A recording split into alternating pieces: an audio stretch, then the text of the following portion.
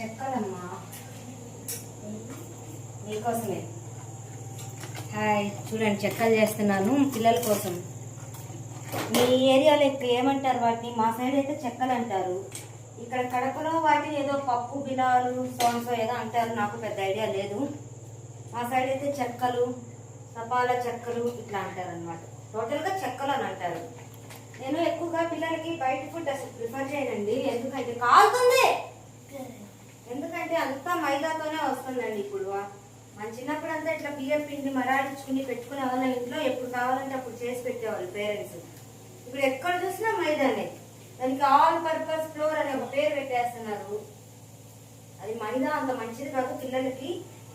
ఓపిక చేసుకుని పాప, ఇంకా జాబ్ హోల్డర్స్ కంటే మనం ఏం చెప్పలేము. వర్కింగ్ ఉమెన్స్ కి ఇంట్లో ఉన్న వాళ్ళైతే బయట నుంచి తెప్పించకుండా ఒక ½ అన్ అవర్ స్పెండ్ చేస్తే చాలండి. చాలా ఈజీ చెక్కలు చక్రాలు చేయటం.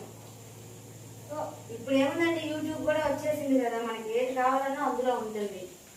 పిల్లలకి ఎప్పుడు ఇంట్లో మాత్రమే పెట్టండి. ఇప్పటికే పిల్లలు చాలా మంది ఒబేస్తో బాధపడుతుంటారు. For example my daughter. దానికి డాక్టర్ వెయిట్ తగ్గించమని చెప్పారు. చిన్నప్పుడు బాగా కేకులు బిస్కెట్లు ఆ వాటితోనే పెంచింది ఆ బాడీ అంతా. ఇప్పుడు చూడండి ఎంత కష్టపడుతుందో. సో ఇలాంటి ప్రాబ్లమ్స్ మీకు కూడా రాకుండా ఉండాలంటే ఇంట్లోనే చేసి పెట్టండి పిల్లలకి. బాయ్. Friends subscribe. మీకు తినాలనిపిస్తుందా? కామెంట్ లో పెట్టండి.